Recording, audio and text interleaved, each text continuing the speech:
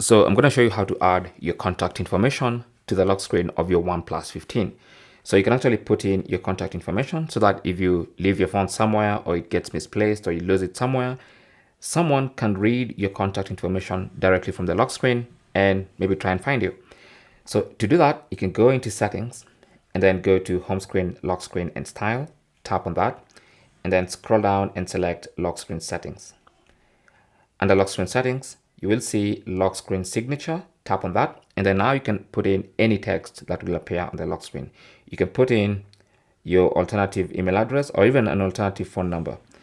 Keep in mind that you don't need to put the phone number of the SIM card inside this phone because that will not be useful in any way. So you want to put in an alternative phone number or an email address where someone can basically try and reach you and maybe, if they want, give you your phone back. So once you put in your lock screen signature, you can now exit, and now from the lock screen, your lock screen signature is right there, and that could be your contact information. Thanks for watching. Don't forget to like and subscribe, and good luck.